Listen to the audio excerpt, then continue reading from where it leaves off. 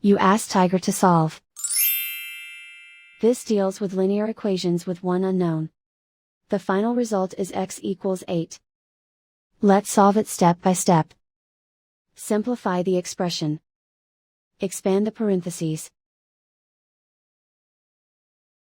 Simplify the arithmetic.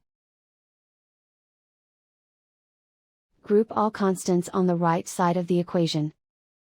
Subtract 56 from both sides. Simplify the arithmetic.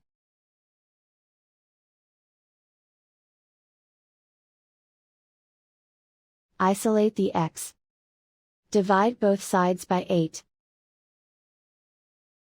Simplify the fraction. Find the greatest common factor of the numerator and denominator. Factor out and cancel the greatest common factor. And so the final result is x equals 8.